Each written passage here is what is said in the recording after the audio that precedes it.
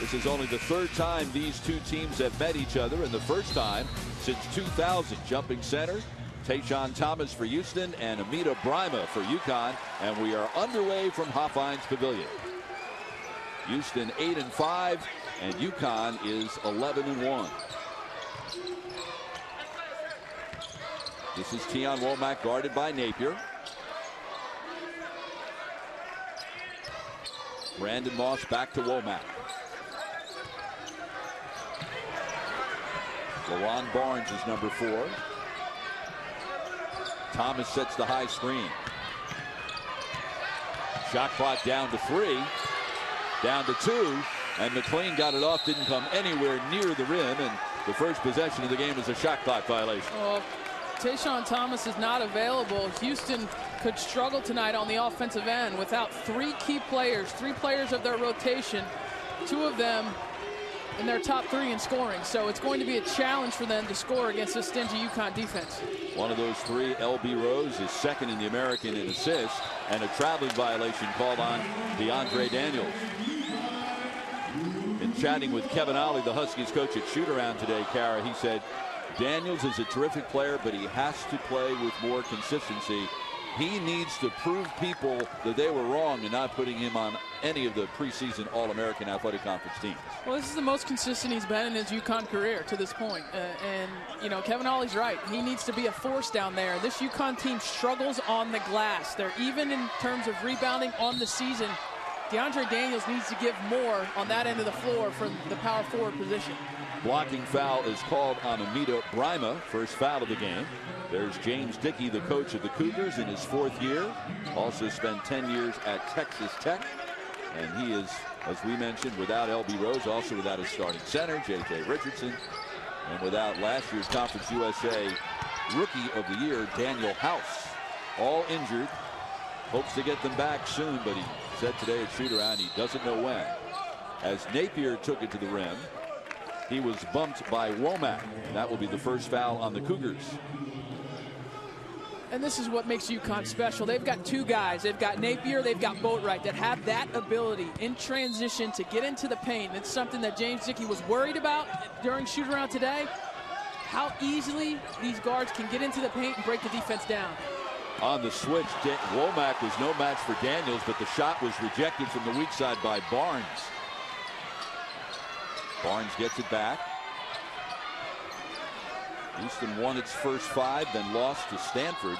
UConn's only loss is to Stanford. Around the curl, Barnes takes it right to the rim. Wild shot, didn't even hit the rim. And it went out of bounds off UConn. Shot didn't hit the rim, so the clock didn't recycle. It's at 13. Well, and UConn doing a really good job of just keeping the Houston players in front, making them make a play over them. I'm not sure there's enough shooters on the floor for the Cougars to make enough plays over this UConn defense throughout the game. Indeed, playing without those 3 starters. 3rd game in a row without Rose. The 7th without House. The 2nd without Richardson. Barnes with the shot clock running down, and he drills to 3. And they need that. I mean, that's one of the things that they need. They need a couple players to step up and knock down some outside shots. That's going to loosen the defense up for Tayshaun Thomas in the paint. Only the 3rd 3 of the season for Barnes. Gaffey getting his 2nd straight start. Had a terrific game in the first start last Saturday against Eastern Washington with 13 points and 4 rebounds. Daniels called for his 2nd traveling violation of the game. Yeah, happy feet on the catch there for Daniels, and you could tell he looked like he wanted to shoot the basketball, and I think Tayshaun Thomas kind of changed his mind and forced him to shuffle his feet there a little bit. But what you saw there in that play is what UConn loves to do. They love to pick and pop with Daniels because you have to hedge on these guards coming over those screens. You got to hedge on Boatwright. You got to hedge on Napier, and that sometimes leaves you susceptible to that pop, and Daniels can knock that 3-pointer down. Huskies with 3 players averaging in double figures, Daniels, Napier, and also Ryan Boatwright. Thomas takes it right at Brima. Brima is a shot blocker. He's got 34 of them. He's also really a babe in the woods when it comes to basketball experience. You know, he is. He's gotten in foul trouble early in a couple games this year. He got 2 fouls early against Eastern Washington. It's going to be a tough matchup because Thomas is more of a power forward and has more quickness in terms of facing up. Now on the switch once again, Daniels found himself guarded by Barnes, and the weak side help was a little late. On that ball screen, Thomas wound up on Boatwright, and Barnes was just no match for Daniels' size. The other end, Thomas goes right at Brima again, then passes out to Barnes. Womack bothered by Boatwright. Low block Thomas. Passes out of the double team to Barnes. His second free.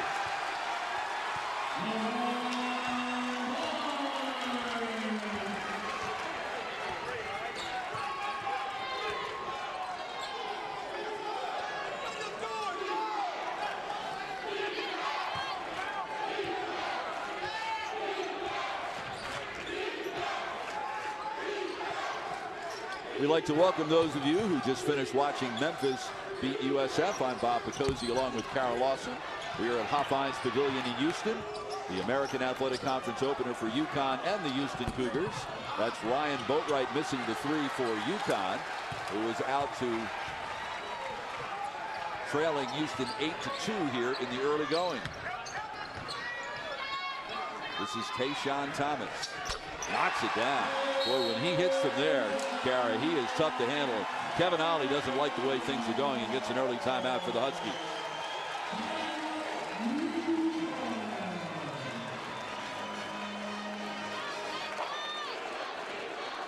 Tayshaun Thomas is number 2 in the American Athletic Conference in rebounding, and he's number 3 in scoring. And Carol, let's go to our one-on-one. What do you think is the top priority for these two teams as they begin conference play? Well, as they begin conference play, Bob, 4 through 9 for me for Connecticut. We know the top 3. We know those guys come to play and give them consistent production every night.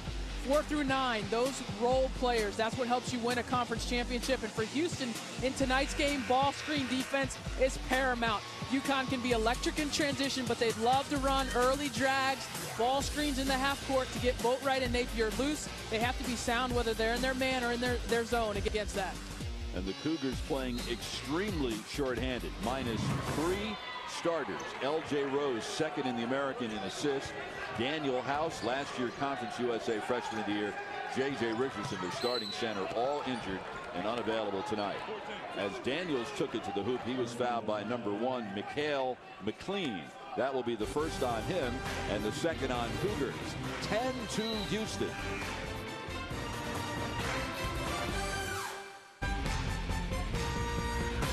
ESPN's exclusive presentation of college basketball is brought to you by Wendy's, proud sponsor of the 2014 John R. Wooden Men's Player of the Year Award. Joseph A. Bank, we fit most everyone. JOSbank.com. And AT&T, rethink possible. Welcome back on this New Year's Eve on a busy basketball night in Houston. The Rockets downtown are hosting the Kings, and Kevin Ollie's UConn Huskies are in town to meet the Houston Cougars. Ollie, in his second year at the helm, has done a terrific job since taking over for Hall of Famer Jim Calhoun, and has UConn off to an 11-1 start in the second year at his alma mater. The free throw line, DeAndre Daniels leads the American in free throw shooting. 89%.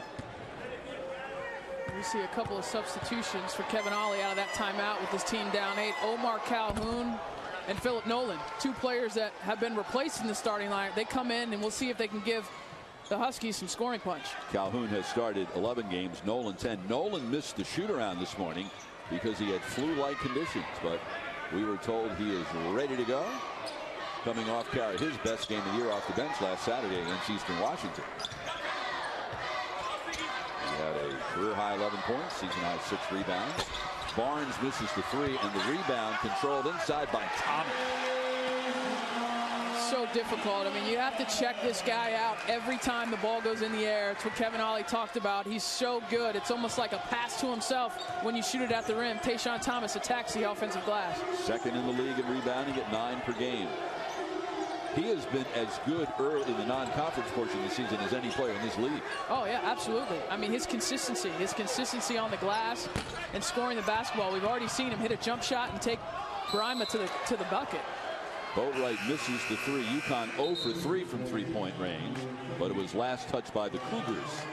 Lasan Chroma, number 20, checks in for UConn, a graduate student and transfer from George Washington. And he gave the Huskies quite a lift off the bench when you saw them against Washington 2 games ago. They changed the game. I mean, they were so much better defensively when Lasan Chroma came into the game against UW. And, you know, I think that's what Kevin Ollie's trying to find, some energy on the defensive end right now. Daniels spins and fires, gets his own rebound, and goes right back and had the shot blocked inside by Danrad Knowles. And then Napier gets his quick hands on it and knocks away. It will be Cougars ball. You know, Houston is down 3 guys. And you come into this game and UConn, you would think, has the advantage. But the one thing that Houston can do is they've got some athletes. Tayshaun Thomas, Danrad Knowles, those guys can get up and affect shots. So UConn's going to have to adjust on the offensive end. Good head fake by Stiggers resulted in drawing the foul. Well, the only team carry in the conference with more blocked shots than Houston is UConn.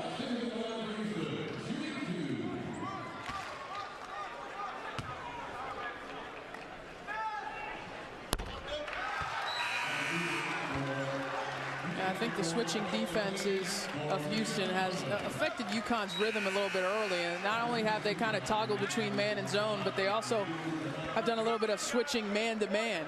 And I think UConn has kind of gotten paralyzed trying to get the ball into that mismatch on the post. UConn's at its best when the ball's moving, it's not sticking, and they're able to get opportunities for Shabazz Napier off of screens. Foul on Daniels, his first 2 in the team. Defy, number 5, back in the lineup for UConn.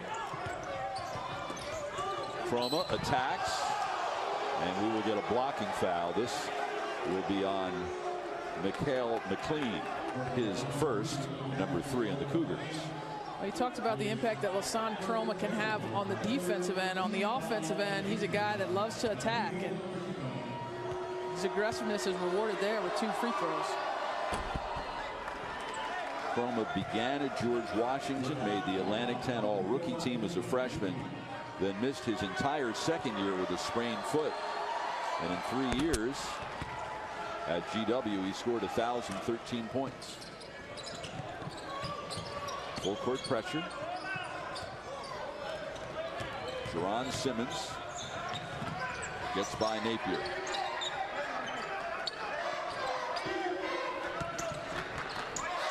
Knowles shoots over Nolan. Rebound Napier. And he leads the Huskies in rebound. He leads the Huskies in everything. He does. Omar Calhoun spins. Shot was contested by Stiggers. And then Nick Calhoun will be called for a foul on the rebound. See how everything's one-on-one? I mean, everything for UConn has been one-on-one. And it's just, it's not going to be there. Just, that's a bad shot. That's a tough drive, and it's a bad attempt there by Omar Calhoun. Well, at shoot around this morning, Kevin Ollie said we tend to go through these scoring droughts and we sort of lose our way. We fail to execute. We have to stop that. Defy off the deflection steals the inbound pass. Napier misses. Rebound inside Nolan. Shot didn't even get to the rim. And then coming away with it is Knowles. Foul on Napier. Number 1 on him and 4 on UConn. The Huskies look like a team that hasn't played since last Saturday. They started off pretty slowly here on the offensive end. And, you know, Kevin Ollie, knowing him, he's more disappointed with their defense. I mean, 14 points for them in the first 7 minutes and leaving Barnes loose a couple times from beyond the 3-point arc. I think he's trying to search and substitute and find a group of 5 guys that's going to work and going to defend here in the half court. Yeah, Houston shooting 50% from the floor. For the season, UConn opponents are shooting only 38%. Here's a steal, and here's Boatwright. Oh my goodness, can he get up for someone 6 feet? Quickly, Simmons attacks the other way. Thomas gets a lot of his points in transition for a big guy. Well, he can run the court, and he just tracks the ball so well. That's what makes you, one trait of making a good rebounder, tracking the ball and understanding where it's going to go, anticipating it. Thomas on the switch finds himself guarding the 6-foot Boatwright on the perimeter. See if he tries to go around him. Penetrates and leaves for Nolan. Rebound was kept alive by Stiggers. And here's Morris. And the finish by Simmons. UConn loves to run, but so does Houston. James Dickey told me this week, look, that's what we do. We could try to run and lose by 20, but our best chance of beating anyone is by pushing the pace. And here's another steal. Stiggers by Defy. They're not just running. I mean, they're just flat out outplaying, out hustling, out toughing UConn right now. And Kevin Ollie uses his second timeout. The Huskies find themselves down by 12, 8 minutes into this one. A Houston team minus 3 starters who are injured. Well, defense to offense, and look at the white shirts. I mean, Chroma gives a hustle, but look at the transition from defense to offense. 4 white shirts down there, and you only see 2 UConn defenders. Houston is quicker to the ground, they're quicker to the basketball, and they're intent on trying to pull a huge upset here at home. James Dickey said, I don't know who we're going to have guard Napier. We really don't have anyone who can stay in front of him for 40 minutes. But so far tonight, Kara, Napier, far and away UConn's best player, has only 2 shots. Yeah, I mean, he does only have 2 shots. And, we talked about the mixing of defenses and the switches. And so they're switching that screen to not have to allow Napier to get into the paint. And it's worked so far. I mean, it's been tough for these UConn perimeter players to get into the paint.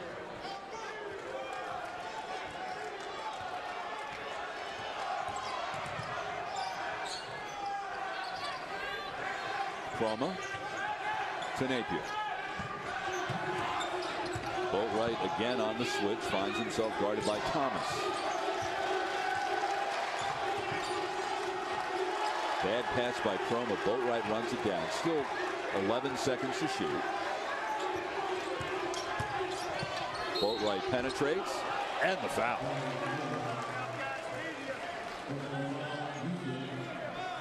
Well, it's nice to have guys who can break you down when the offense breaks down.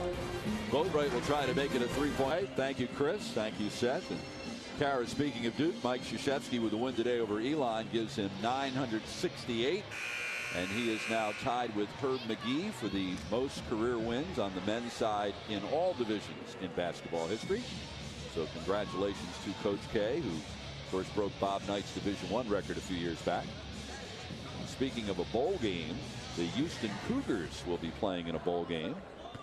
They'll be playing in the BBVA Compass Bowl this Saturday, 1 o'clock on ESPN against Vanderbilt.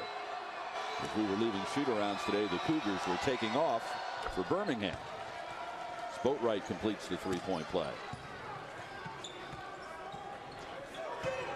Not many teams, Kara, have guys who can break you down the way Napier and Boatwright can do in the backcourt. Well, it's quite the luxury to have 2 of them, because when you want to get Shabazz Napier some shots, it enables Kevin Ollie to put him off the basketball, run him off screens, and of course in transition, the quickest way to have great transition offense, you've got 2 different guys, so you can outlet to either side and push it up the floor.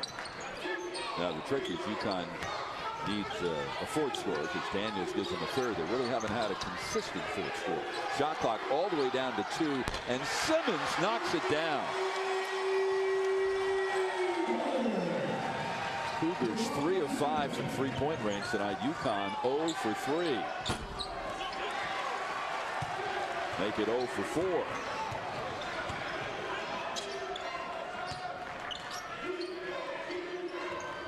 There's something to be said, Kara, for Houston having a couple of games already to adjust to playing without those injured players? I think it certainly helps. I mean, for Houston, the biggest thing tonight, I think, was going to be, can they make outside shots? And they've done so here in the early going. This is a team that only shoots 34% from beyond the arc, and certainly without J.J. Richardson, you see Daniel House and L.J. Rose. I mean, I think Rose gives you a sturdier player at the point guard position. House is one of their better scorers, and J.J. Richardson helps to provide depth in the post. But You know, this is a Houston team and a Houston program that is excited to be in the American. I mean, this is a step up in terms of level of competition, the types of schools that they're going to be playing. And we talked about with James Dickey, as you take a look at LJ Rose right there, their starting point guard. Normally, he's out with an injury. This is a great opportunity for them to open conference play and try to get a big win at home. This is the 6th different league that Houston has played in its history. It's finished a 17-year tour of duty in Conference USA. Daniels, guarded by Thomas, takes it right at him. Thomas got a piece, but he'll be called for his first foul. And whenever Daniels can go to the foul line, that's a good deal for UConn. Well, this is what DeAndre Daniels can bring you, and I think some of the UConn players thought that Dan Knowles got that on the way down, that it should have been an and one. But his face-up game and a lot of his pick and pops, he can turn and face, shot fake, you drive. He's gotten much more calm in terms of chaos when there's a double team or he picks up his dribble. He's just much more of a polished offensive player here in his junior season.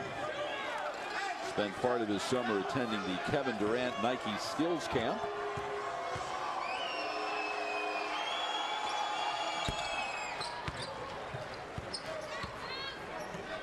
Houston by a dozen. Cougars haven't played since beating crosstown rival Rice back on December 21st. This is number 12, Jimmy Jones. He's a walk-on, and that just shows you how short-handed James Dickey is, that Jones has become part of the rotation. Simmons with the runner.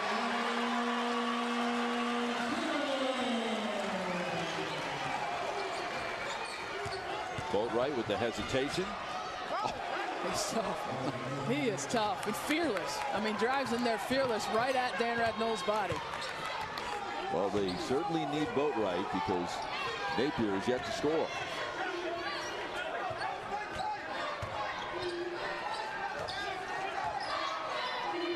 Stiggers.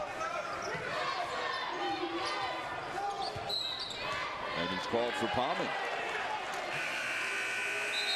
Turnover number 4 for the Cougars. Trauma departs for UConn, and Kevin Ollie going deep into his bench in the first half and putting in number 3, freshman Terrence Samuel. Samuel's only played 54 minutes in 7 games. Daniels with the miss, and Thomas with the rebound. Defy did a nice job of face guarding Knowles. That would have been pass interference in football, but you can do it in basketball. You know, the front court players for UConn seem to be more affected with the shot blockers than Brian Boatwright's been in driving in the lane. I mean, just thinking and having it alter your shot. There's a block shot by Defy as he rejected Thomas. Stiggers took it away. Thomas gets it back, and Defy comes away with it. UConn has numbers here. Napier still looking for his first points. Thomas's basket hanging. Look out.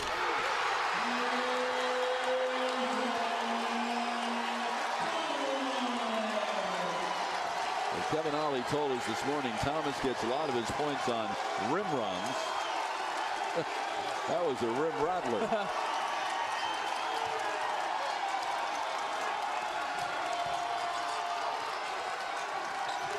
Napier. Rebound is pulled down by Knowles. Napier 0 for 3. Stiggers. Another 3. The Cougars 4 for 6 from three-point range. And right now they are putting a whooping on the number 17 team in the country. Wow. I mean, James Dickey could not have drawn this up any better. And how about the body language? I mean, the body language is differing between the two teams. Houston all excited because they've got shots going down. And Boatwright. Where would the Huskies be without him? Yeah, they'd be in a world of trouble. I mean, he has been the life raft here for their offense in the early going. And, you know, Shabazz Napier has talked a lot about this season about how scoring isn't everything for him, that he likes to get his players involved, and that winning's the most important thing. Well, he needs to step up and score right now because UConn will not come back in this game, and they won't win if he doesn't become more aggressive and make some shots on the offensive end. Wow, And Stiggers hits another contested three. Everything the Cougars are throwing up is going in, hand in the face or not.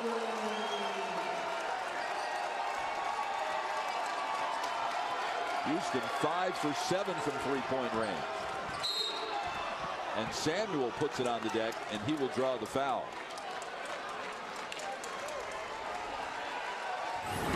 Houston doing everything right. It's the big fella, Tayshaun Thomas.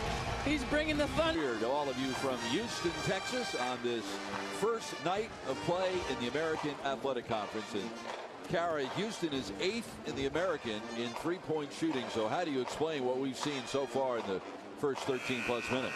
Well, LeBron Barnes got them going early, and they got a couple clean looks. And this is a danger when you come out playing a team at home that's an underdog. If you give them a couple of clean looks early, then looks like that start going in from Gerard Stiggers. We see Tayshaun Thomas with the run out. But that's why coaches say contest every shot, play every possession hard, because there are players and there are teams that if you give them a couple open looks, now all of a sudden the basket looks big and they're able to go on some runs. We'll get a hold on Barnes, his first, and that's 7 on Houston. So that's one way that UConn can try to climb back in this. They'll go to the free throw line for the rest of the half. First up, Niels Gaffai, who's having a monstrous senior season.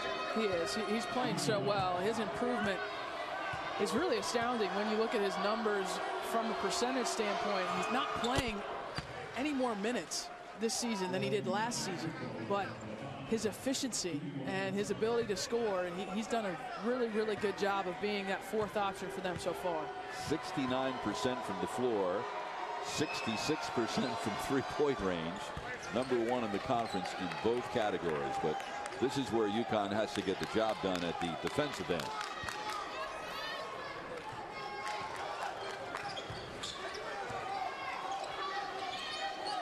Deflected by Boatwright.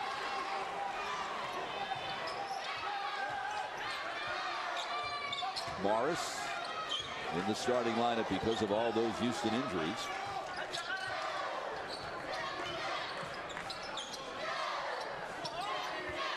Barnes guarded by Gaffai. Shot clock at 10.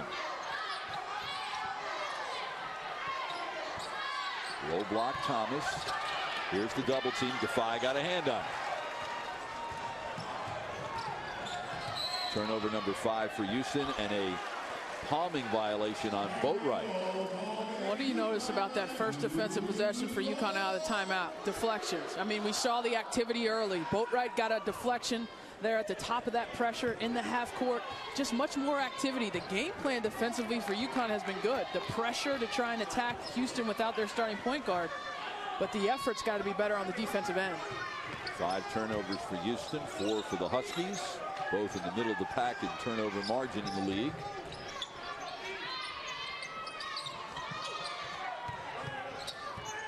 It's the first day of play in this new conference. Louisville won at UCF handily, and Memphis an easy winner at USF. Thomas over Gaffai, but Barnes with the offensive rebound. Simmons with the miss, and Daniels with the rebound.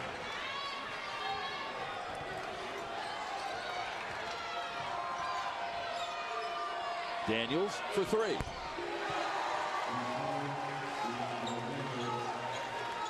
The lead is cut to 12. It was 17. All this without any points so far from Shabazz Napier.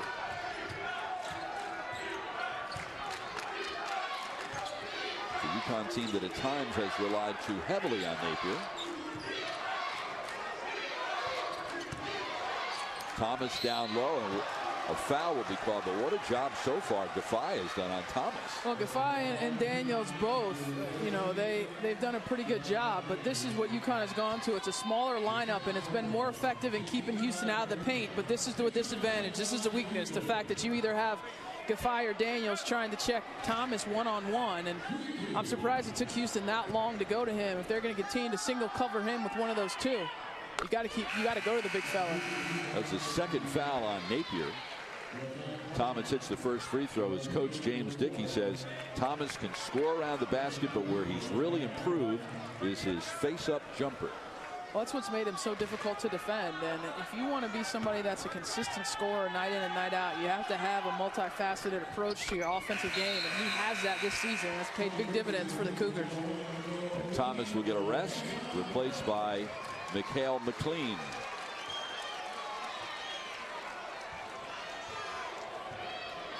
UConn won its first 9 before losing to Stanford, was ranked as high as number 9, is now 17th in the country. Omar Calhoun, air ball from the wing. Calhoun has lost for the moment his starting job to Defy. He did respond well with a solid game off the bench against Eastern Washington last time out. Barnes penetrates, dumps it down low, and the finish by Knowles. And there's that size advantage again. UConn has gone to play 2. Their power forwards, really. Defy comes in and plays power forward some. When Daniels comes out, they're playing both of them. They've been better on the perimeter defensively, but they're open there on the front court for some offensive putbacks. Boatwright with the crossover move. Oh my goodness, is he on fire, and he has scored in so many ways. But there's Barnes right back and one. The Huskies' transition defense has been spotty. Well, you talk about UConn, and they've got some ground to make up in the transition game, but Houston utilizing the force on the offensive end. Danrad knows with the ball. Buckeyes off to a 14-0 start, Kara. They're so tough defensively in the half court. I mean, obviously led by Aaron Kraft, but they have some terrific defensive players. And how about Louisville with their response today? I mean, losing Shane Bohannon and Kevin Ware, and coming out, Russ Smith. He had 24 points, 8 assists. Nice response there by Rick Pitino's crew. Barnes completes the three-point play. The foul on Omar Calhoun was his second. So Houston has equaled its largest lead of the night at 17. Shabazz Napier still looking for his first points. He's 0 for 4. Daniels draws the double team.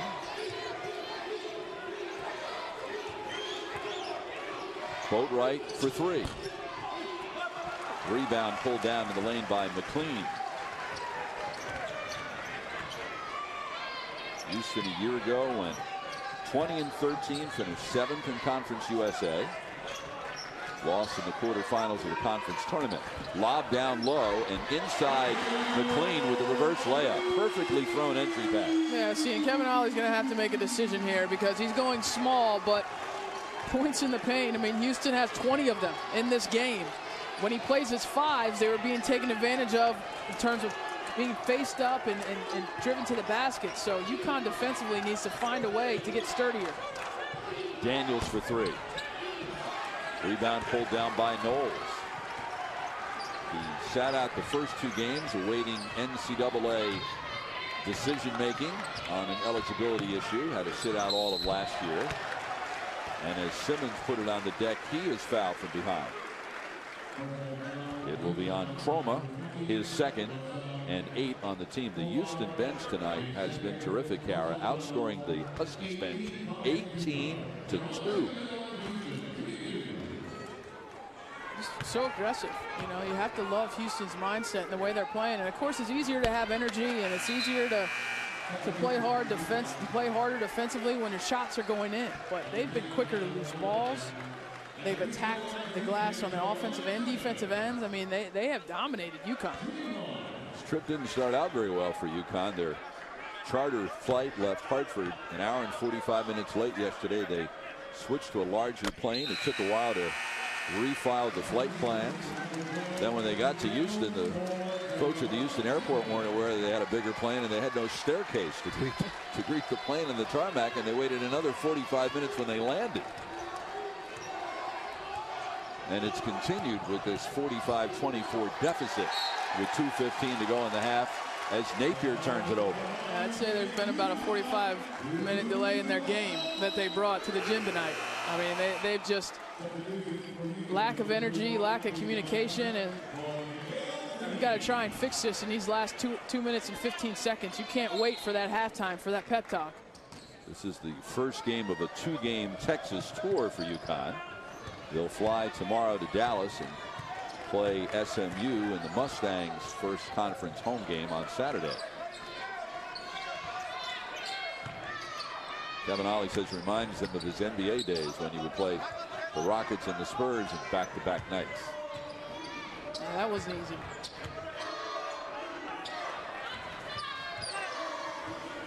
Jimmy Jones, the walk-on, knocked away by Napier. Shot clock all the way down to 6. Mars chased by Tyler Olander, gets it up and over Olander. Never hit the rim, but it last touched by Houston. The last time Tyler Olander was in Houston, he was in the starting lineup in the NCAA championship game in 2011, 9 miles from here at Reliance Stadium. Shabazz Napier and Niels Gaffey also on that team. Kevin Ollie, an assistant coach. The night the Huskies beat Butler for their 3rd national championship. This is the first time they've been back in Houston. Napier still looking for his first points. Napier got a hand on that. Kick out. Jones. Down low Knowles. Lost the handle to Olander. 1 minute to go in a forgettable first half for UConn. Boatwright.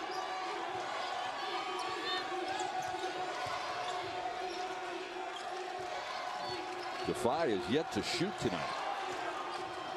How quick is Houston closing out the shooters? I mean, they understand in this man-to-man action that UConn has some players that can knock them down from 3, and they are staying attached. No, Boatwright's quicker than Thomas, penetrates, and then the easy dish to Olander. There's no way to stay attached to that guy when he wants to get to the basket. Ryan Boatwright, he has been the only bright spot for UConn on the offensive end. James Dickey will, with his first half use it or lose it timeout, and he'll draw something up with 31 seconds left, and his club up by 19. On Thursday, get ready for 2 big-time conference rivalry games. First at 7 o'clock Eastern, the Big Ten Conference leading number 4 Wisconsin Badgers will take on the Wildcats. Then at 9, it's out to the West Coast Conference with St. Mary's versus 24th ranked Gonzaga. Wisconsin Northwestern, St. Mary's Gonzaga, Thursday at 7 and 9 on ESPN2. And the remaining unbeatens around the country include Wisconsin, and they also include Ohio State with that win earlier today. I'll tell you, he's a really impressive team. It's Dana Altman's team, the Oregon Ducks, and they recently got back Dominic Artis and Ben Carter. They have a ton of depth. Actually, Joseph Young, a transfer from here in Houston, is doing a great job shooting the basketball. They're deep. They don't have a star, but they just have a lot of really talented players. Another transfer, Mike Moser, so they're going to be a tough out. Arizona's a favorite in the Pac-12, but don't be surprised if Oregon walks away with that Pac-12 regular season. Let's see what James Dickey dialed up in that huddle. Boatwright pressuring Simmons, and then a reach-in foul will be called. Boatwright was on one side, Gaffey on the other, and it will be on Boatwright. His first. Number 9 on the Huskies, so to the line, Stiggers will shoot the 1-and-1. McLean will replace Thomas. James Dickey doesn't want his best player picking up an unnecessary foul with 20 seconds left. And Shabazz Napier will re-enter since the ball will come back to the Huskies. Stiggers played 1 year of high school football, and he made it count. He was a wide receiver, and he had 20 catches for 426 yards and 6 touchdowns. He's their best three-point shooter. Leads the team with 24 of them.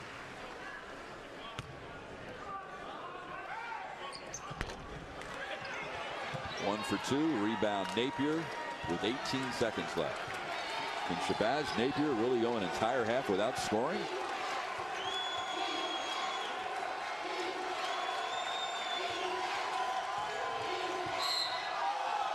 Well, we'll have a chance to get on the board from the line. The foul on Stiggers, his second, 8 on the team. And among the many things that Napier does well is shoot free throws. He is 82.8%, 8th best in the American. I'll tell you what else he does well. He tilts his head back like that when he gets contact on the drive. You know who did that well was Kemba Walker. Kemba Walker used to do that so well. That UConn uniform, just on the attack, and he feels contact, just drop that head back real quick and just help the officials see that there was a little contact on the drive.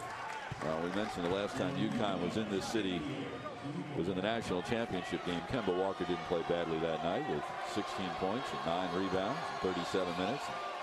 Of course, they rode his back to that remarkable run to the NCAA title. And Kevin Ollie will get Napier out of the game. Doesn't want him picking up his 3rd foul in the final 4.8 seconds. Replaced by Terrence Samuel. Knowles to Simmons. Stops at the foul line. And that's about the only thing that went wrong for the Houston Cougars in their first half in a brand new conference.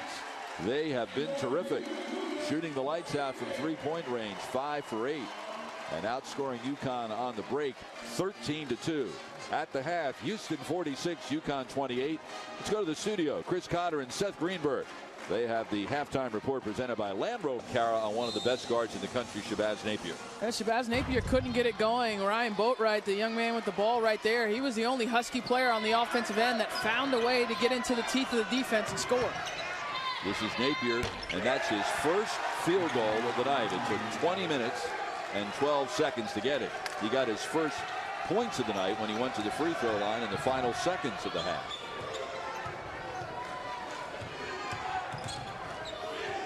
Brandon Morris.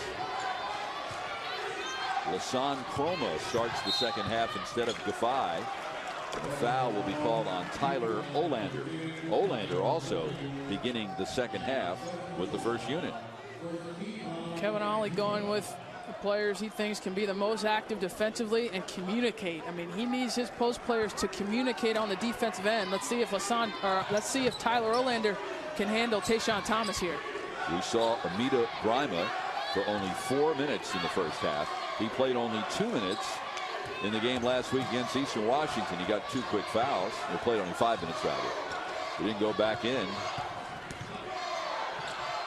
Thomas spins and fires, and on the rebound it's last touched by Boatwright. Well, you saw right there, that's a really good possession by Tyler Olander defensively, one-on-one. He was quick enough to not let Thomas get by him, and then he was big and strong enough to not allow himself to be dislodged there on the block.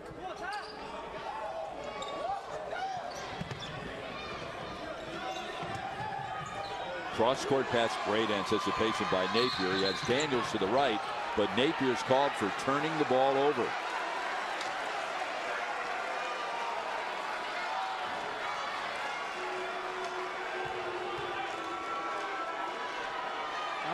I didn't see anything. I didn't see anything either.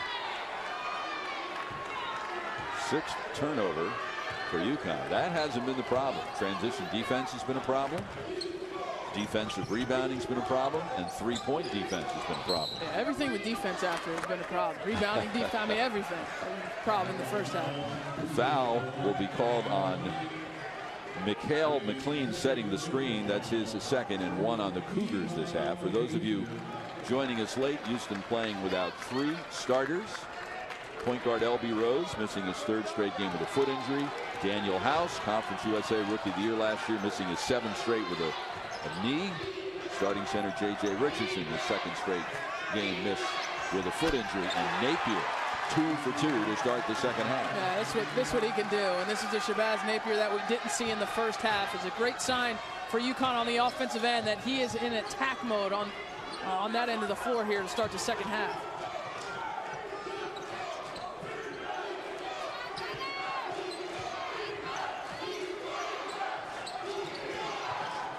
Thomas.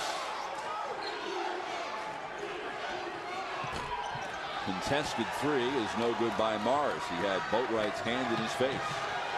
Already, Carol, we see it's a different UConn team in a couple of minutes here. Much more energy. Absolutely, much more energy. You see him sprinting the floor. Both Daniels and Olander tried to get out and be the first post down, but it's 3 possessions in a row now that Tyler Olander has handled his assignment, and Tayshaun Thomas pushed him off the block and not letting him get easy looks. Daniels down low, spins, then goes the other way. Gets his own rebound. Loose on the floor, and Barnes came away with it. 2-on-2. Morris goes by Olander, and the putback by Thomas. Thomas really runs the floor well for a 6'8" guy.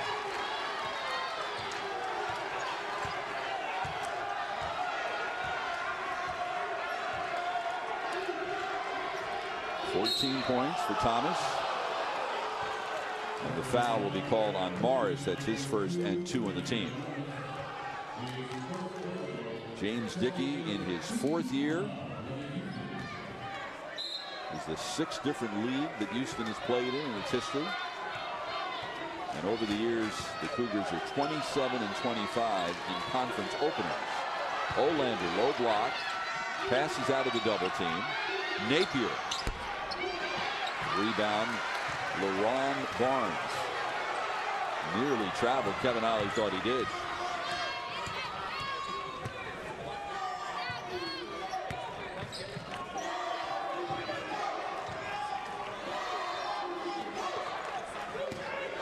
Thomas.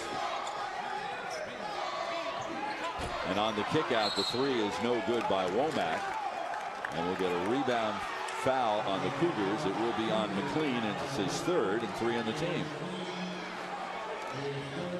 Houston hit everything in that first half, particularly from beyond the 3-point arc. And so we see now in the second half for the Cougars, shots not going down. How do they respond? How do they battle defensively? We're going to go a little zone look here from Houston. Well, James Dickey told us at shoot-around today, he said, look, we can't play 40 minutes of man-to-man against this team. They're just too good at dribble penetration. The shot from the perimeter no good by Chroma, but an offensive rebound by Olander has really given the Huskies a spark. Boatwright for 3. Didn't mean to kiss it off the glass, but they all count, and just like that, UConn is pulled within 12. It was 21.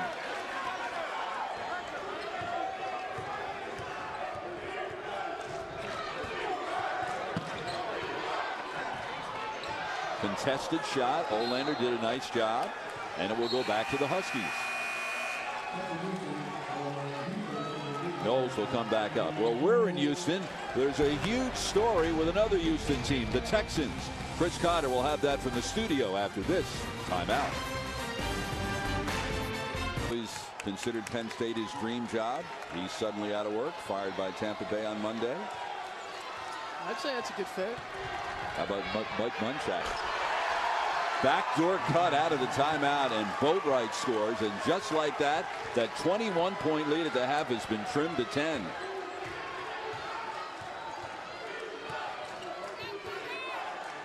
What's been the difference, Kara? Defensively, you know, you cut into a lead by getting stops, not necessarily by scoring. And so UConn has come out very determined on the defensive end. Their activity level has been raised, and that's been the difference. Knowles took a wild shot. Thomas got the rebound. He was tied up, but we're going to get a foul. Olander thought there was a held ball, but instead we'll get a foul. Well, the difference for UConn here, Tyler Olander starts the second half, and his strength and his ability to keep Tayshaun Thomas in front. Look where the catch is. The catch is off the block, outside the paint. He forces him to kick it out. Very focused and determined Olander has been, and that's forced other players for Houston to step up and shoot shots. Remember in the first half, UConn was so worried about Thomas on the inside that they got open looks at the three-point line. They haven't gotten as many here in the second half. Niels Gaffey enters for UConn. He played 18 minutes in the first half and did not take a shot. Of course, Tyler Olander has been a big part of this UConn program. He started 21 games on that national championship team as a freshman.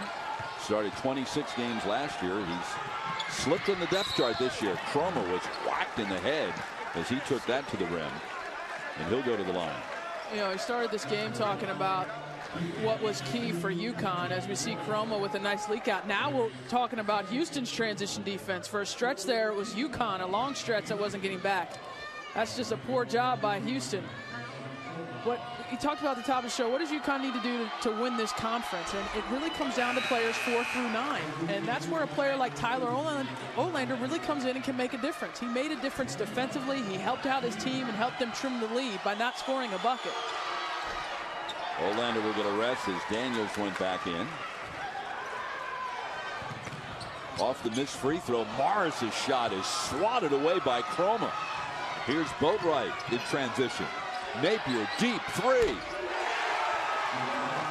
And UConn has trimmed it to single digits. It's now an 8-point lead, and James Dickey wants timeout.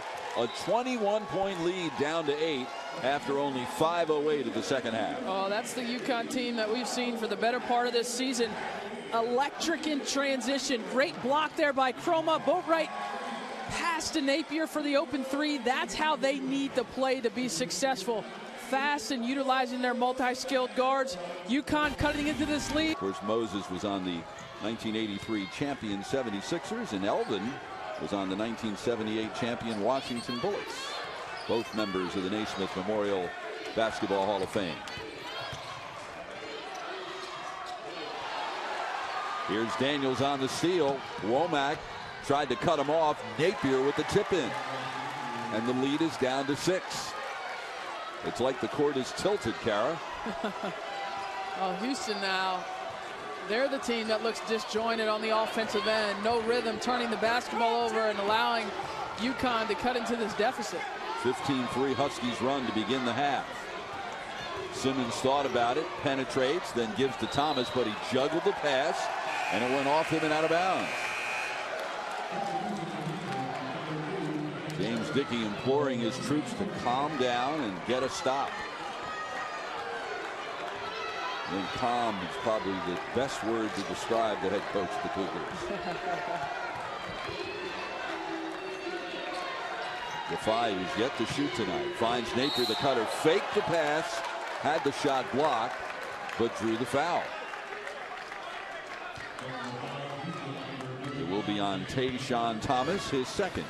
Complete opposite to what we saw in the first half. As you see Thomas get Napier around the neck right there. Yeah, UConn in the first half, a lot of one-on-one, a lot of standing. And here in the second half, when you run, even if you don't get a shot in transition, like we saw Napier hit a 3 in transition, even if you don't get that shot, you loosen up the defense and you're able to run your stuff a little bit better if you run into your sets. And I think that's what Kevin Ollie was imploring his team to do in the first half, is to run into their offense, sprint the basketball up the floor. And they've done that here in the first 6 minutes of the second half. Kevin Ollie reinserts Olander, replacing Daniels. Napier leads the conference in assists. He's 4th in three-point shooting, 5th in steals, 8th in scoring, 8th in free throw shooting, and 10th in rebounding. Other than that, he hasn't done a thing to help UConn out to an 11-1 start.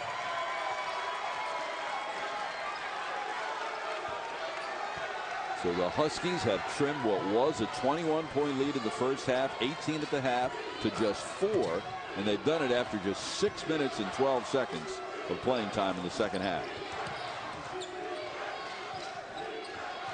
We've seen this from UConn before.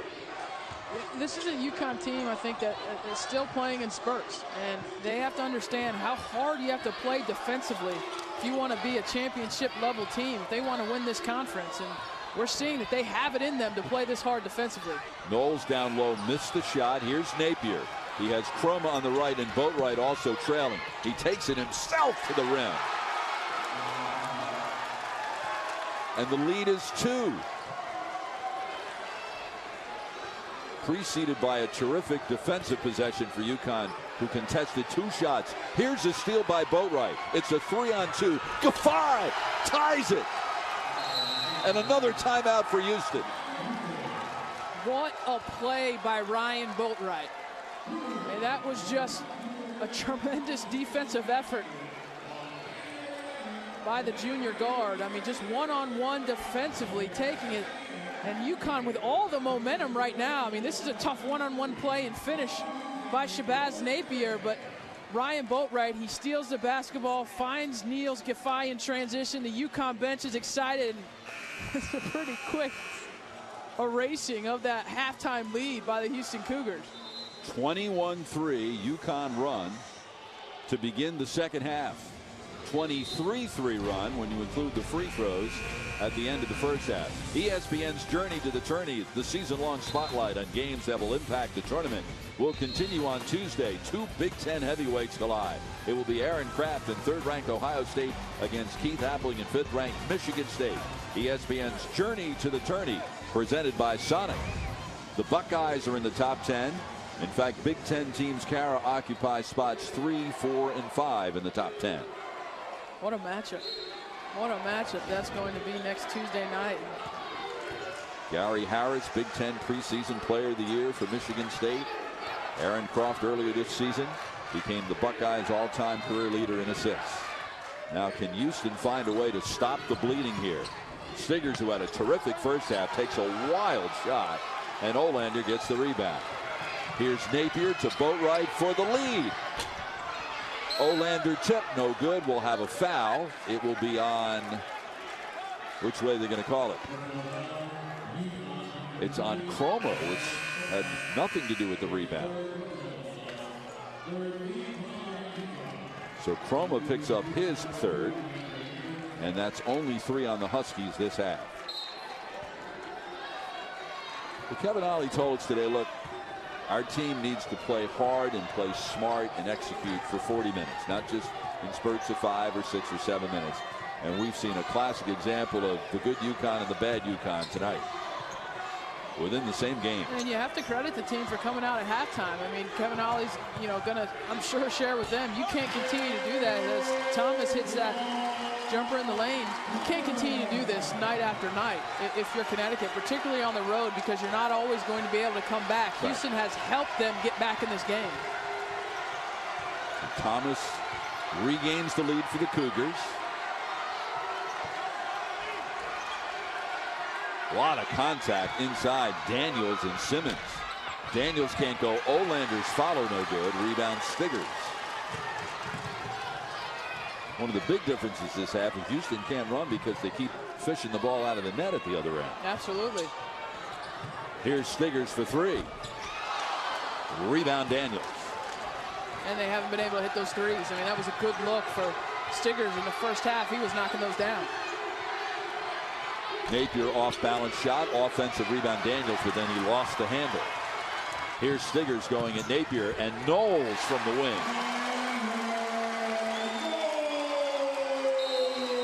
And now Kevin Ollie wants a timeout. So UConn came all the way back to tie, and out of the Houston timeout, the Cougars scored the next 4 points, and UConn will talk things over. Well, Tayshaun Thomas, he's the go-to guy for the Houston Cougars, and we talked about the good job that Tyler Olander had done in the first part of that second half, but he just attacks him and is able to finish over pretty good defense. And Stiggers with a nice pass to Dan Knowles. So a nice bounce back here for Houston after that huge spurt by UConn. Houston has bounced back and retaken the lead. This would be a huge win for this Houston program, team that hasn't been to the NCAA tournament in 3 years. And big changes are coming here at Houston, positive changes. They're about to begin a process where they are soliciting bids from a contractor who will get the contract to build a new practice facility, and then will renovate Hofheinz Pavilion, which was built in 1969. Could use an upgrade. It seats 8,400 people.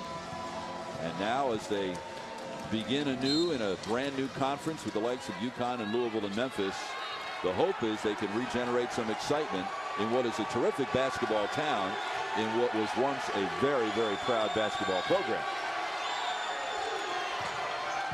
Defy for 3. Rebound Thomas. 7th rebound of the night for Thomas. Defy rebounds to this, and here's Boatwright. He has Calhoun to his right. Leads for Calhoun. And Calhoun's called for the travel.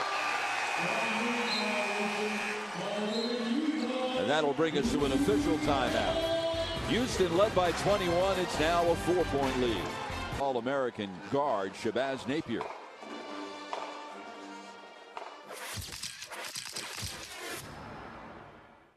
His basketball IQ was off the charts. He plays with a poise. He plays with confidence. Of course, he can shoot the basketball. He's a clutch player, and he believes in himself. He thinks he's the best guard in America. Shabazz Napier 0 for 5 from the floor, 2 points in the first half, 5 for 7 from the floor, 5 for 12 from the floor rather, and 14 points in the second half. There are a lot of reasons why UConn overcame that 21-point deficit, but Napier is the biggest one. No, I think he's the best player in the conference, and certainly Russ Smith might have something to say about it, but you talk about a player that leads his team in points, in rebounds, and assists. I think he controls tempo. He understands how to move defenders with his eyes. He just has a total court game. Since UConn began keeping track of assists back in the early 70s, no player has ever led the team in scoring, rebounding, and assists for an entire season. Of course, Kevin Ollie would also add to that, I don't want my guards leading my team in rebounding. Yes. And that's an issue for UConn as they move forward, is they have to be able to be even on the boards and get some more rebounding from their 3 and 4 players.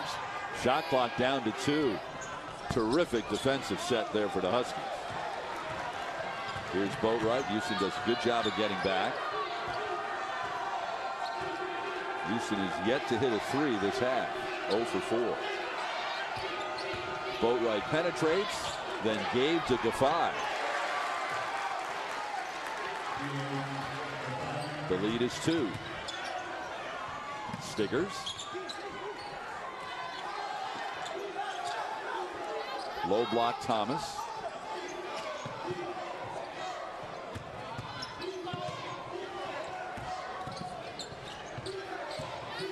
Womack finds Thomas underneath. He saw the mismatch. Boatwright was on him on a switch. Yeah, that's a great look there. There's some guards that are having to be on Tayshaun Thomas just for split seconds within that defense in rotation, and Houston just found the right timing to give it to him.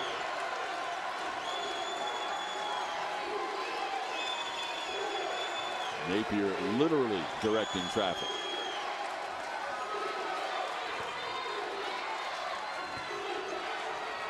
Defy sets the screen for Boatwright. Running the baseline was Chroma. Counted in the foul. What a pass. What a pass by Ryan Boatwright right there. I mean, he played the defense. Nice look away, and Tayshaun Thomas not there in time. Nice cut there by Lasan Chroma. 3rd foul on Thomas, too. And I like this substitution here by Kevin Ollie, because just too small on the back line defensively. Thomas in the game, and now it looks like Thomas is going to get a breather. UConn has struggled on the glass without Tyler Olander in the game here in the second half. The last player to play in the first half off the UConn bench is Tyler Olander, and he's been the most important player here in the second half. Well, we chatted with Kevin Ollie at shoot-around today. We said, any change in the lineup? He said no. And asked him about Brime only playing 5 minutes the other day. He said, well, you know, he picked up 2 fouls, but that's not the reason he played 5 minutes. He played 5 minutes. I said, you have to, if I'm going to put you on the floor, you have to rebound. So Brime has played 4 minutes tonight. I haven't seen him at all in the second half. And he's not in foul trouble. And he's not in foul trouble, right? Of course, Houston forced to go with a more perimeter-oriented lineup with the injuries. Olander incredulous at yet another foul call on him. That will be his 3rd, and 4 on UConn this half. Simmons to inbound baseline. Houston will head to Tampa to meet USF in its 2nd conference game on Saturday, while UConn heads to Dallas to play SMU. Knowles shoots over Olander, hits the tough off-balance shot.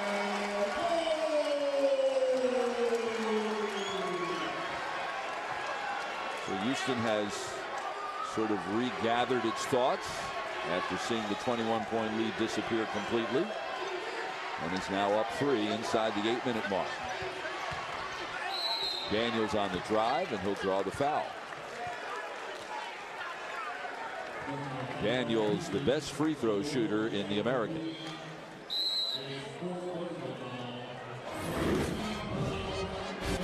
Danrad Knowles is trying to give Houston a lift with Tayshaun Thomas off of the bench. UConn's made a run. Energy. And, you know, UConn has plenty more left in the tank because they didn't play hard in the first 20 minutes. So this is not a case of, you know, them catching up and then all of a sudden not having anything left. They didn't expend a lot in that first half. Daniels at the line. He was fouled by McLean, and it was number 4 on McLean. And Daniels misses a free throw, a true rarity. It's only the 4th one he's missed this year.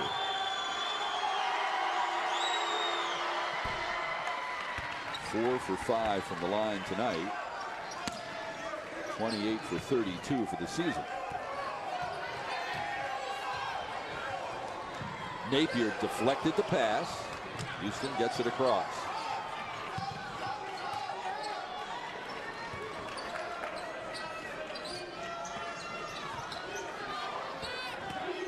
Knowles guarded by Daniels. Takes it right to him in the lane and then follows his own miss.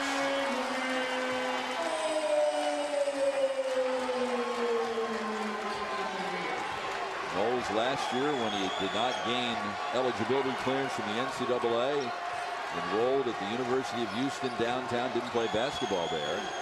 When he was declared eligible this year, he will have 4 years of eligibility. He has a lot of potential. Very heavily recruited. Houston has big plans for him. Boatwright, great pump fake. Thomas runs the floor again. He's doubled inside. The shot was blocked. And here's Chroma. Napier fakes right through the contact. Kevin Ollie said his basketball IQ is off the charts. There was a good illustration. He's so under control. I mean, he's able to scan the floor, read what he wants to do, and get the Houston player up in the air. And Kevin Ollie is giving DeAndre Daniels an earful. And the reason why he's giving him an earful is anytime a Houston front court player tonight has attacked the basket with force, Daniels has not been able to stop it. And this is an issue for a UConn team, the front court, from the beginning of the season until now. Can they find the right combination of guys to be physical, to rebound the basketball, to defend the paint? That's what they've got to find moving forward. We asked Kevin and Shoot around today if there was a level of excitement for his team surrounding this first game in a new conference, and he said, this is a business trip for us. Tonight with Houston, Saturday at SMU. We're on this trip for 2 reasons: to get 2 wins. We play a lot of big games. Off the alley-oop. Knowles has really given them a lift off the bench. He has. I mean, this is the best I've seen him look all season long, Danrad Knowles. And, you know, it gives them that extra player in the front court that can score the basketball when he's in tune on the offensive end. Boatwright over Thomas. Rebound knocked over the end line. Last touch by Defy. Kevin Ollie is asking Brian Kersey to get some help.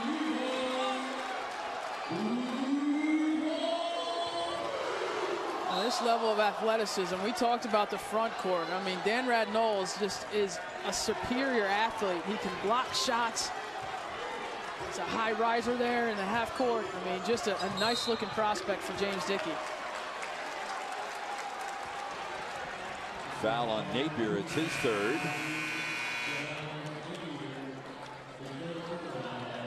5 on UConn here in the second half. 5:58 left.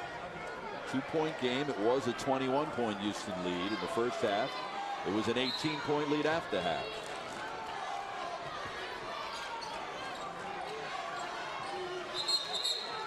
And a foul called on Knowles, setting the screen. His second, and 8 on the team. Make it 9 on the team.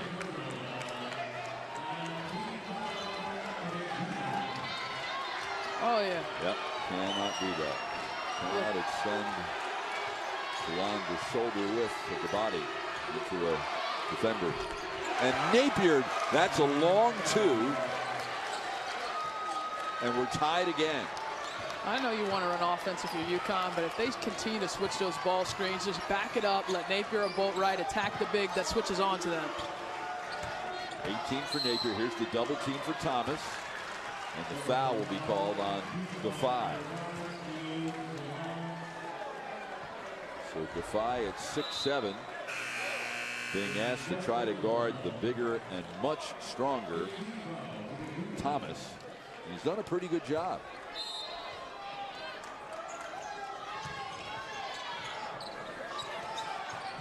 Barnes. Olander back in, and he's guarding Thomas now.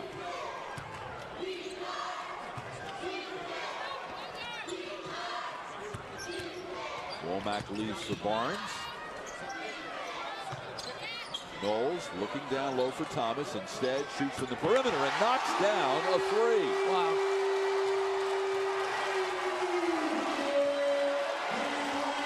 third of the season in only 9 attempts. Boatwright with the pull-up in traffic. Long rebound to Napier. 4:45 left. Cougars by 3. Trying to pull off an upset. Yes, they're at home, but yes, they're also without 3 injured starters. And they're playing the 17th ranked team in the country. Napier, deep 3 for the tie. How tough is that kid? I mean, Shabazz Napier, just tough as nails. Anytime UConn needs a bucket here in the latter stages of the game, you can bet they're going to go to that young man right there. 19 second half points for Napier. Thomas, guarded by Olander, puts it on the floor, spins and shoots over it. Rebound to Chroma. Inside the 4-minute mark, UConn with a chance for the lead.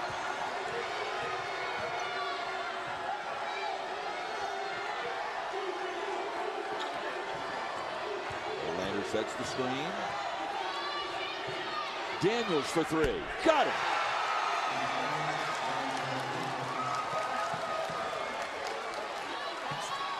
First lead of the night for the Huskies.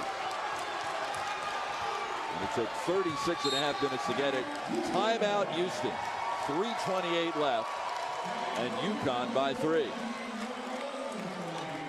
How much does the Cougars have left in the tank? Well, they certainly have to have the wind knocked out of their sails a little bit, allowing this lead to diminish and allowing UConn to take it. But just a well-played pick and roll action by Shabazz Napier. He just waited and waited for Daniels to come up beyond that 3-point line, and that's what Daniels gives you as that 4 player, the ability to knock down that 3-point shot. Thursday, get ready for 2 big-time conference rivalry games. First at 7 in the Big Ten. It will be 4th-ranked Wisconsin against Northwestern. Then at 9 o'clock, we take you to the West Coast Conference. St. Mary's against 24th-ranked Gonzaga. Wisconsin, Northwestern, St. Mary's, Gonzaga, Thursday at 7 and at 9 on ESPN2. Frank Kaminsky shooting 56% from the floor, averaging 14 points for the Wisconsin Badgers. Are you at all surprised at the start that Bo Ryan's team is off to? I'd say I'm surprised that they're undefeated, yes, if I looked at the schedule to start the year. But, you know, this is a team that's got experience. I love Sam Decker. He's a player on the wing that can really score the basketball. And you know Bo Ryan's teams, they're going to defend. Out of the timeout, Houston with the ball down for the first time tonight. Inside, and Stiggers, how did he get such an easy look? This is just a great set play. We saw Kevin Ollie run a really good set play to get Ryan Boatwright a dunk. Here in the second half, that's a great call play by James Dickey. Little screen to get Stiggers open on the block.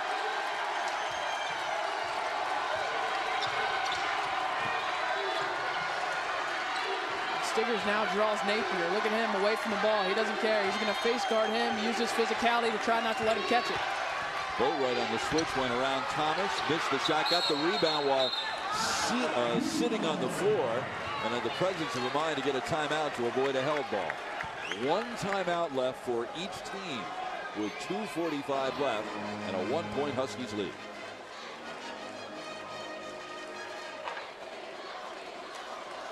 Well, Johnny Football takes on Duke in what could be his final college game, and the Blue Devils came out swinging. Get live post-game reaction from Mansell, and we will relive his most memorable moments. Was it his final college game? Kevin Durant goes off against the Blazers as the West's best clash in OKC, and we'll count down the top plays of 2013. Join Scott Van Pelt and John Butchergrass on SportsCenter immediately following UConn and Houston. The top plays of 2013. Might see Auburn in there a couple times. Auburn football. What do you think? I think so. I think they'll be there. Kevin Ollie has established early in his very young head coaching career that he is terrific in these situations with calling plays out of timeouts. What do you suppose he might have dialed up? Well, you know, I think you got to look for Napier and Boatwright here down the stretch if you're Kevin Ollie. But, you know, so much of that is a nod to his NBA playing career. So many out-of-timeout plays, played 13 years in the league, and that's what you do down the stretch, timeouts and drawing up plays and put your guys in a great position. Played for 15 different coaches, including Hall of Famers like Larry Brown and Chuck Daly. Boatwright to Napier around the curl. That's a 2. And the lead is up to 3 with 2:20 to go. Napier with 23 points, 21 of them in the second half. Let's see if Houston goes to Thomas. One-on-one with Olander. Spin toward the baseline where he couldn't draw a double team. Gets his own rebound, then missed the dunk, but drew the foul. Olander's fourth.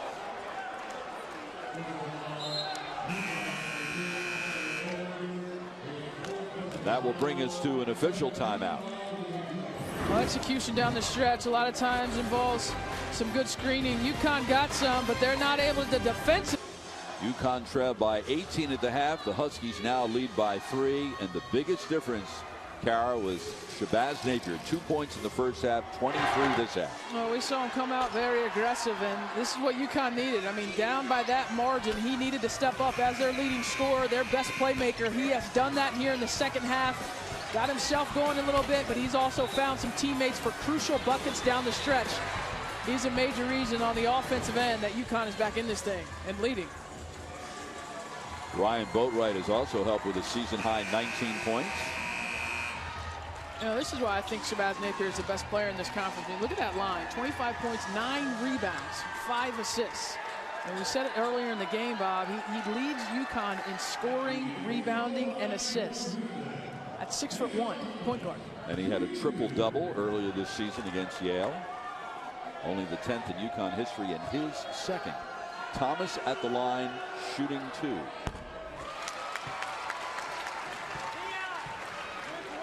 Napier on the preseason watch list for the Wooden Award, the Oscar Robertson Award. And it's a preseason first-team All-American Athletic Conference choice. Thomas, preseason second-team All-Conference. All right, 1-point game, 2 minutes left. Stiggers guarding Napier. Napier comes around the Olander screen.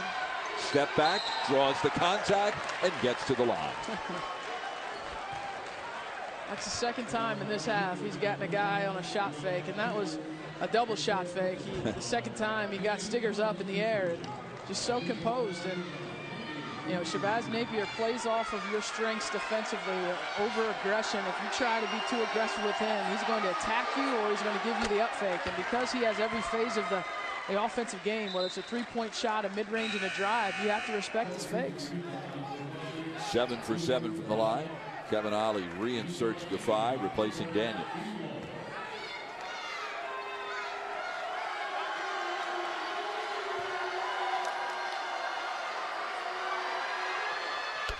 Three-point lead, 1:43 left.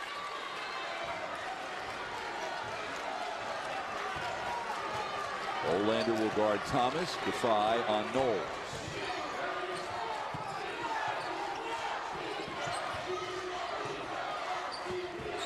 Stiggers. Thomas battling for position in the low block with Olander. Jerron Simmons. Stiggers with Napier's hand in his face. It didn't matter. And we're tied with 1:10 left. Terrific three with a hand in his face. What a game we've got going here in the first conference game in this brand new league for these two teams. Kevin Ollie's got one more timeout to use.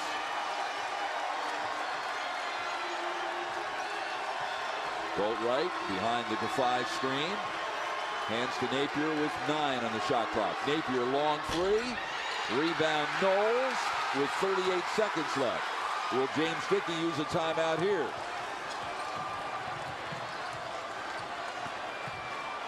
He wants it. 29 seconds left. 26 on the shot clock. Cougars ball, tie game.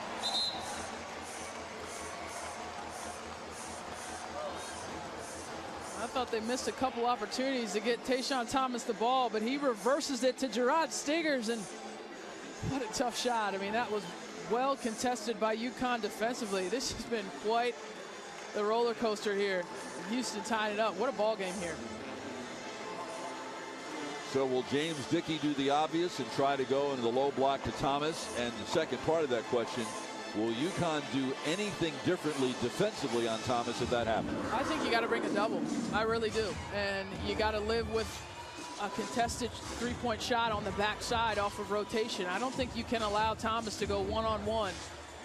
And the further that Tyler Olander can push Thomas off of the block, off the lane line, that really decreases the amount that the help defender has to go. So that's why pushing out that post player can help you double team more effectively. But absolutely, I try to establish Thomas here. And if he does double, also look for Knowles, who's very dangerous off the offensive glass if Thomas misses. Absolutely. UConn's only loss to Stanford. Houston won its first 5 before losing to Stanford. You know, the other option Kevin Ollie has here too is he could come out in the zone. He could come out in the zone look if he wanted to, just to try and change the pace. But he'd have to be really big on that back line. I don't think he'll do that just because it'd be Chroma and Giffey there on that back line of that zone. And if he did, James Dickey doesn't have the option of calling another timeout to come up with a different play against the zone. Houston out of timeouts, UConn with 1 timeout left. Here we go. About exactly 3 seconds difference between the shot clock and the game clock. Olander's on Thomas. Giffey is on Knowles. Thomas on the perimeter. Thomas sets the screen for Womack. 10 seconds on the shot clock. Thomas up high, puts it on the deck, takes it toward the rim. No good, but he'll draw Olander's 5th foul, and he'll go to the line with 9.2 seconds left and a chance for the lead.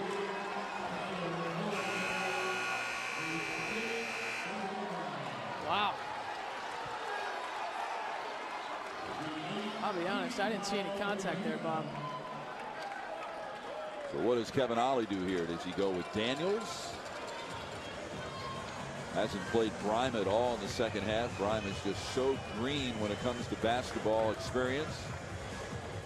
Didn't begin playing until he was 15. Grew up playing soccer in Ghana. Might not be the situation where he would necessarily trust using Bryma because of that inexperience. Well, more so because it's going to be an offensive end running back, although they're going to have to get this rebound. That's the thing. I mean, you've got Tayshaun Thomas at the free throw line. He's only a 55% free throw shooter on the season. So, you know, a lot of times teams think they're automatically going to get the basketball. They forget to block out that ever important free throw block out at the end of games. But Tayshaun Thomas has a couple free throws here he's got to knock down. He is 5 for 6 from the line tonight, however. And it is indeed DeAndre Daniels back in for UConn, replacing Olander, who fouled out. Houston has only 1 player along the lane to get a rebound. They have Knowles all the way back in a deep safety position. UConn does have a timeout. Will they use it here after a made free throw? 2-point game, 9 seconds left. Here's Napier. Napier gets by Womack, takes it right to the rim. It's blocked. Rebound Womack, fouled by Daniels with 2.3.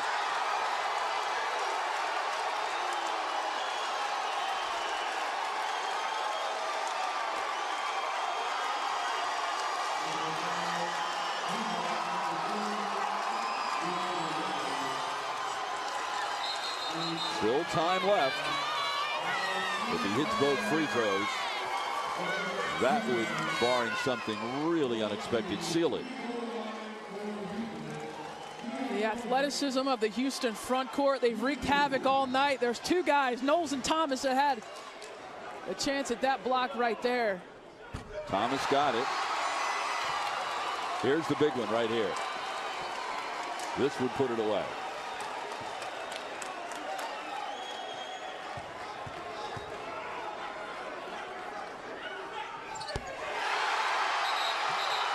Four-point lead for Houston with 2.3 seconds left.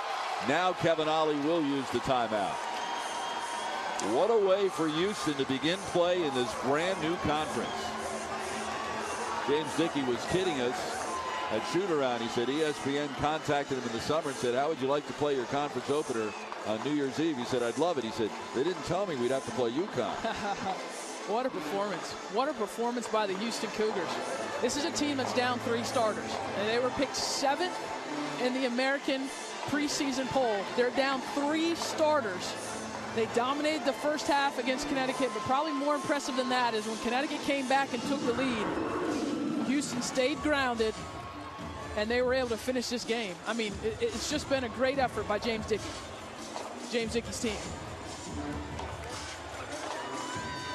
UConn trailed by 21 in the first half, trailed by 18 at the half, and came back on a 21-3 run to tie the score at 49 with 12:55 left. And at that point, you figured, well, UConn has the advantage. They're just, first of all, they appear to be a more talented team. They've outplayed Houston. But since then, Houston has hung in there, obviously outscored the Huskies by 4. They eventually surrendered the lead completely. But they could have fallen apart, and they didn't. So now here are a couple of things. Houston has to avoid. Stay away. Don't foul. Right. Stay away everybody. They cannot. They shouldn't foul anybody. Nope. Stay away from everybody on the court. But especially if somebody takes the 3. Daniels gets it to Napier. Napier will throw up the 3, no good, and Houston has upset UConn in its first game in the American Athletic Conference.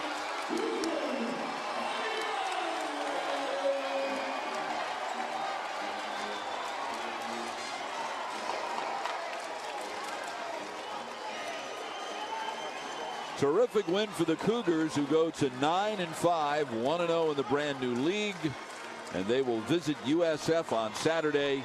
UConn falls to 11-2. Elvin Hayes, one of the great Cougars of them all, doing the color on the Houston radio, showing his sign of approval. UConn goes to 0-1 in the league. The Huskies will visit SMU on Saturday at 2 o'clock. So once again, our final score, the Houston Cougars beat 17th ranked UConn 75-71. For Carol Lawson, I'm Bob Picozzi saying so long from Houston. Coming up next, Sports Center. For more information, log on to ESPN.com. Good night and Happy New Year from Houston, Texas.